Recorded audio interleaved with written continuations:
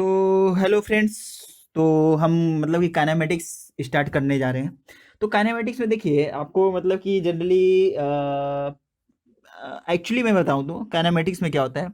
Kinematics में देखिए आप वेलोसिटी पता करने के लिए आप आई सेंटर मेथड यूज करते हैं, वेक्टर मेथड यूज करते हैं।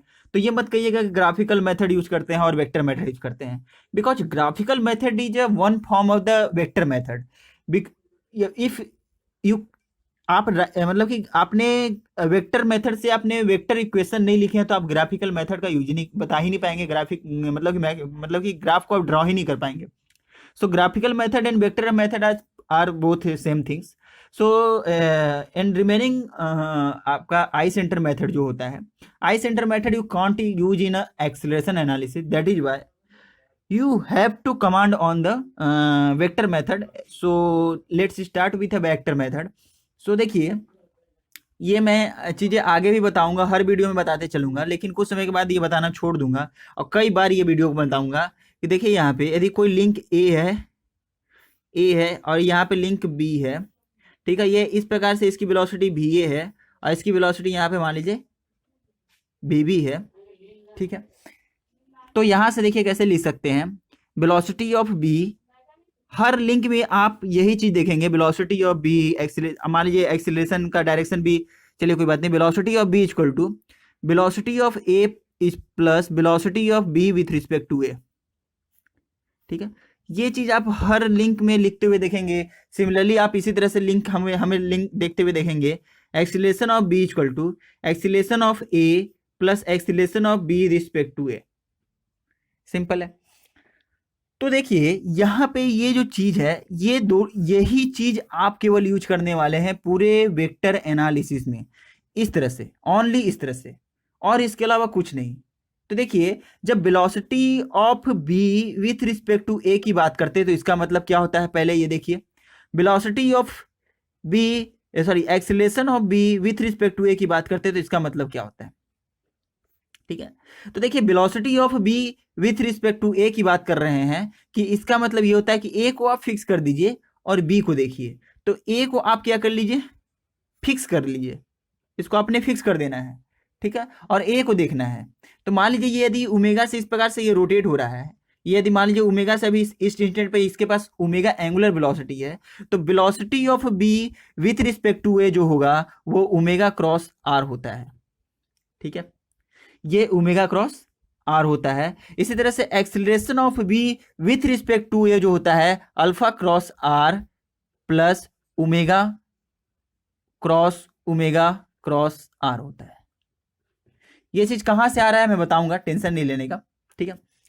तो अल्फा क्या है आपका एंगुलर एक्सीलरेशन है, आर क्या है पोजीशन वेक्टर है, आर क्या है पोजीशन वेक्टर है, position vector of which point, at that point where you are finding the मतलब एक्सीलरेशन आप जहां फाइंड कर रहे हैं वहां, ठीक है। ये ओमेगा क्या है, वो जो लिंक है उसकी बात कर रहे हैं, बी ए लिंक की ओमेगा होगा, बी से ए का डिस्टेंस आर वेक्टर होगा, ठीक है। कैसे देखते हैं, देखिए जैसे मान लीजिए मैंने बोला velocity of B with respect to A, तो बी को आपने फिक्स कर देना है और ए को देखना है।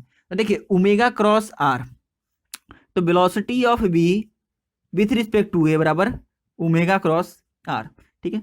तो देखिए इसको आगे क्या लिख सकते हैं, ओमेगा आर मॉड ओमेगा, ठीक है, मॉड आर मॉड ओमेगा आपका क्या हो जाएगा, साइन थीटा हो जाएगा, एम आई राइट। और ये हो जाएगा आपका एन कैप। अब एन कैप का डायरेक्शन क्या होगा, ओमेगा और आर के परपेंडिकुलर होगा। तो देखिए ओमेगा का डायरेक्शन क्या है, अपवर्ड है, ओमेगा का डायरेक्शन अपवर्ड है, आर का डायरेक्शन क्या होगा, velocity of B with respect to A, यानी आपने ए के पे खड़ा होके किसको देखना है, बी देखना है, तो पोजीशन वेक्टर का डायरेक्शन कौन सा होगा, ये हो जाएगा, ठीक है। तो आर वेक्टर का डायरेक्शन ये हो गया और ओमेगा वेक्टर का डायरेक्शन ये हो गया। तो देखिए ओमेगा क्रॉस आर, तो ओमेगा क्रॉस आर यानी डायरेक्शन क्या आ रहा है, इस डायरेक्शन में आ रहा है। अब परपेंडिकुलर क्यों होगा बताइए, परपेंडिकुलर इसलिए होगा क्योंकि ओमेगा और आर के बोथ परपेंडिकुलर होता है एन वेक्टर, ठीक है। सो देखिए आर ये है और इसके परपेंडिकुलर एन वेक्टर होना चाहिए, और ओमेगा के भी परपेंडिकुलर है, देख लीजिए ये ओमेगा है वेक्टर है और इसका ये परपेंडिकुलर है, ठीक है। तो देखिए अब एक चीज है, और थीटा क्या है, ओमेगा और आर के बीच का एंगल। तो देखिए ओमेगा कितना ऊपर की ओर है, आर किधर की डायरेक्शन इधर है, तो कितना हो जाएगा ये 90 डिग्री, तो कितना हो जाएगा, ये हो जाएगा वैल्यू 1। तो omega r n cap, velocity of B with respect to A. ठीक है, तो देखिए यहां से, यानी कि हम लोगों ने क्या देखा, ओमेगा क्रॉस आर को लिख सकते हैं ओमेगा आर एन कैप। अब देखिए जनरली हम लोग क्या करते हैं, हॉरिजेंटल और वर्टिकली किसी भी डायरेक्शन को डिवाइड कर लेते हैं, क्योंकि देखिए ये एन कैप है एक्चुअली में अभी फिलहाल, लेकिन इसको आप सॉल्व नहीं कर पाएंगे फर्दर जब तक आप इसको हॉरिजेंटल और वर्टिकल कंपोनेंट में रिजॉल्व नहीं कर लेते हैं। तो so you have to resolve the in a horizontal component and vertical component, so that is this is the n cap and this is the i cap and this is the j cap, this is the actually minus i cap minus j cap. Okay, so this is the omega, you can say this is the omega यार, if this is the theta, suppose यदि ये theta है तो ये भी कितना होगा, theta होगा।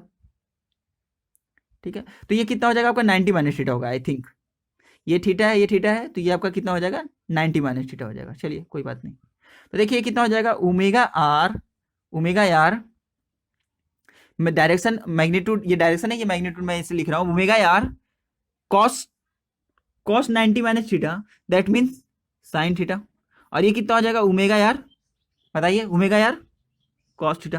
तो देखिए वेक्टर, तो यहाँ पे ये देखिए, अब जनरली अब क्या बोल रहा हूं मैं, ये ओमेगा क्रॉस आर है का वेक्टर का डायरेक्शन है, दैट मीन्स ये किसका क्या है, ये ओमेगा आर एन कैप, ये आपका वेक्टर था, ये कितना हो जाएगा omega r sine theta minus i cap, और ये कितना हो जाएगा omega r cos theta j cap. तो देखिए वेक्टर, आपको पता होगा कि हम लोग वेक्टर सी को क्या लिख सकते हैं, vector A plus vector B. कैसे, देखिए यदि ये सी वेक्टर है,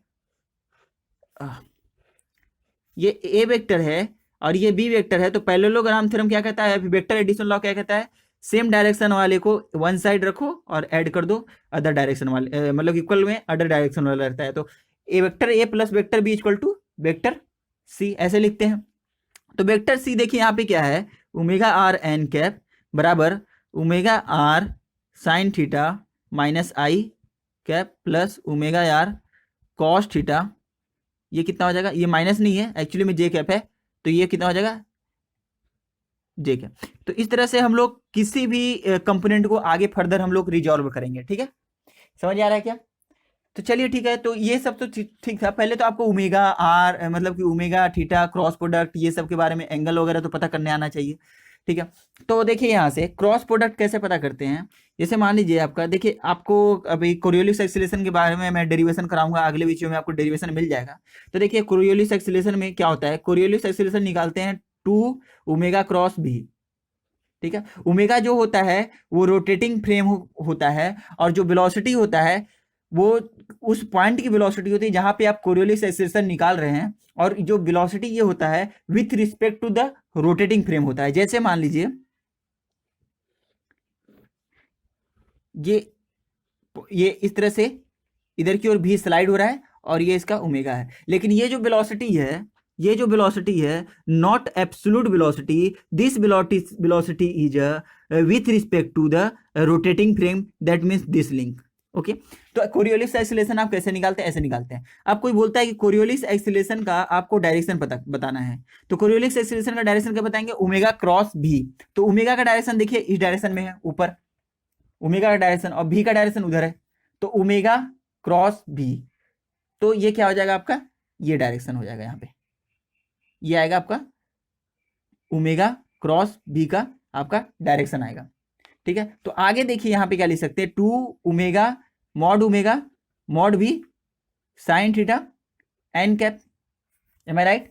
तो देखिए ओमेगा भी तो सही है, लेकिन साइन थीटा किसके किसके बीच का एंगल है, भी और ओमेगा के बीच का। तो ओमेगा का डायरेक्शन ये है, भी का डायरेक्शन ये है, तो इसके बीच का एंगल बताइए कितना डिग्री हुआ, 90 डिग्री। तो ये अगेन 1 हो जाएगा, तो 2 ओमेगा भी एन कैप, ये क्या हो जाएगा आपका कोरियोलिस एक्सीलरेशन हो जाएगा, मतलब कि कोरियोलिस एक्सीलरेशन हो जाएगा। ठीक है, इसी तरह से यदि मैं बोलूं कि आपको पता ही होगा कि ओमेगा को कैसे लिखते हैं, limit delta t tending to 0 delta theta by delta T.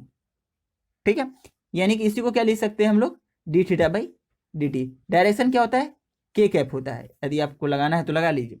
के कैप होता है डायरेक्शन। डायरेक्शन के कैप मतलब क्या है, जो ओमेगा का प्लेन है, जैसे कि ये ओमेगा का प्लेन था, इसके परपेंडिकुलर चले जाइए, ठीक है।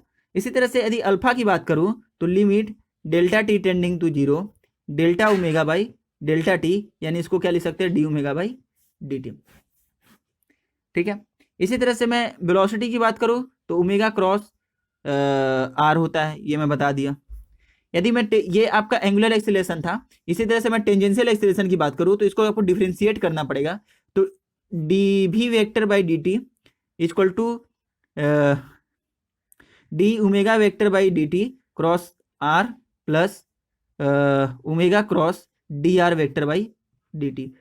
एक्चुअली क्या होता है, देखिए एक्चुअली क्या होता है कि जनरली हमारा जो लिंक होता है, जहाँ पे हम लोग एक्सीलरेशन फाइंड कर रहे होते हैं, उसकी जो लेंथ होती है वो कांस्टेंट होती है, टाइम के साथ रिस्पेक्ट में चेंज नहीं होती है। जहाँ पर हम लोग एक्सीलरेशन को फाइंड करने होते हैं, जिसके कारण से ये 0 हो जाता है। तो d omega by d t कितना हो जाएगा, alpha cross r d v by d t. देखिए क्रॉस प्रोडक्ट से आपको समझ में आना चाहिए कि कैसे आप मतलब कि d v by d t को एक्सीलरेशन लिख लीजिए, टेंजेंशियल एक्सीलरेशन, ठीक है।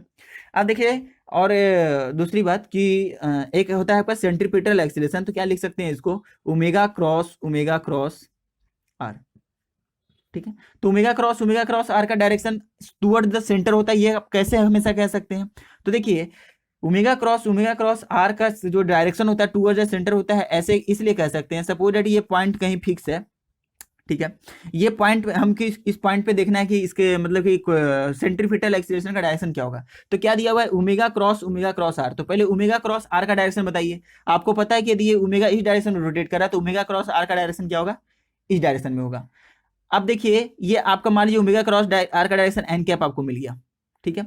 और ये आपको देखिए omega cross again N cap, तो ओमेगा क्रॉस एन कैप, तो देखिए ओमेगा ये है, ओमेगा का डायरेक्शन ये है और क्रॉस एन कैप, ठीक है। तो ओमेगा क्रॉस एन कैप बताइए कितना होगा। तो देखिए यहाँ पे सॉरी, ये आपका ओमेगा का डायरेक्शन है ऊपर की ओर, और डायरेक्ट एन कैप का डायरेक्शन किधर है, तो इधर है। तो ओमेगा क्रॉस एन कैप यानी किधर की ओर आ रहा है, सेंटर की ओर आ रहा है। और जो भी ओमेगा क्रॉस एन कैप का मान लीजिए डायरेक्शन आपका टी है, मान लीजिए आपका टी है, तो जो भी डायरेक्शन होगा एन और ओमेगा के परपेंडिकुलर होगा। तो देखिए एन के परपेंडिकुलर है टी का डायरेक्शन, और ओमेगा का भी परपेंडिकुलर है टी का डायरेक्शन।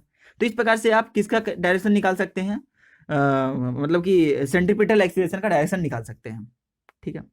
अब देखिए जनरली हम लोग जैसे वहां पे हम लोगों ने लिखा था, देखिए ये सब कॉन्सेप्ट है, इसके बिना आप क्वेश्चन आगे सॉल्व नहीं कर सकते वेक्टर मेथड से, बिकॉज ये आपको यदि वेक्टर का ज़्यादा नॉलेज नहीं है तो ये सब आपको देखना पड़ेगा, आपकी मजबूरी है, ठीक है। तो देखिए यहाँ पे मैं क्या कह रहा था कि जैसे हम लोगों ने कहा क्या किया था कि कोई लिंक था और ये यहाँ पे पॉइंट बी था, यहाँ पे पॉइंट ए था, तो हमने बोला था velocity of B with respect to A कितना होता है, ओमेगा क्रॉस आर। यदि इस इंस्टेंट पे इसकी एंगुलर वेलोसिटी क्या है, ओमेगा है, तो ठीक है। उसी तरह से acceleration of B with respect to A जो होता है, ठीक है, acceleration of B with respect to A जो होता है, देखिए यदि बी स्लाइड नहीं कर रहा है, यदि उसमें कोरियोलिस एक्सीलरेशन नहीं आ रहा है, तो कैसे लिखेंगे, acceleration of B with respect to A को क्या लिख सकते हैं, alpha cross r plus omega cross r, ठीक है। यदि अल्फा क्रॉस आर का मान लीजिए ये अल्फा डायरेक्शन ये है, तो देखिए अल्फा क्रॉस आर का डायरेक्शन कौन सा होगा, ये होगा। यदि इसको मान लीजिए टी कैप बोल देते हैं, तो देखिए alpha R T cap, sine theta भी आएगा, साइन थीटा की वैल्यू 1 हो जाएगी, ठीक है। T cap plus omega square R. अच्छा ओमेगा क्रॉस आर को हम लोग कैसे ओमेगा स्क्वायर आर लिख रहे हैं, ये भी हम बता देंगे, ठीक है। और देखिए ये कितना होगा, टूवर्ड्स द सेंटर होगा, तो इसको हम टूवर्ड्स द सेंटर वाले को कौन सा डायरेक्शन बोल रहे हैं, मान लीजिए मैंने बोल दिया एन कैप, तो क्या लिख सकते हैं, acceleration of B with respect to A. हर लिंक में आपको यही करना है, मैं हर लिंक में यही करके आपको आगे क्वेश्चन को सॉल्व करके दिखाऊंगा। अब देखिए ये जो एक्सीलरेशन ऑफ ये टी कैप है वो हॉरिजॉन्टल और वर्टिकल ही नहीं है, इसलिए आपको आगे हॉरिजॉन्टली और वर्टिकली डिवाइड करना पड़ता है। इसी तरह से ओमेगा क्रॉस आर आपको मतलब कि हॉरिजॉन्टल और वर्टिकल में नहीं है, इसलिए आपको हॉरिजॉन्टल और वर्टिकल इसको आगे फर्दर क्या करना पड़ता है, डिवाइड करना पड़ता है, ठीक है। ये तो मैंने करना आपको बता दिया पिछले अभी तुरंत, ठीक है। तो अच्छा एक चीज है कि यहाँ पे देखिए ओमेगा क्रॉस आर का साइन थीटा आएगा जो अगेन 1 हो जाएगा, और जो इसके साथ फिर क्रॉस जाएगा फिर से साइन थीटा आएगा जो अगेन 1 हो जाएगा, ठीक है, ये चीज मैंने बता दिया। तो इस तरह से आगे हम काइनेमेटिक्स में प्रोसीड करने वाले हैं। ठीक है, तो आगे आप वीडियो देखिए। थैंक्स।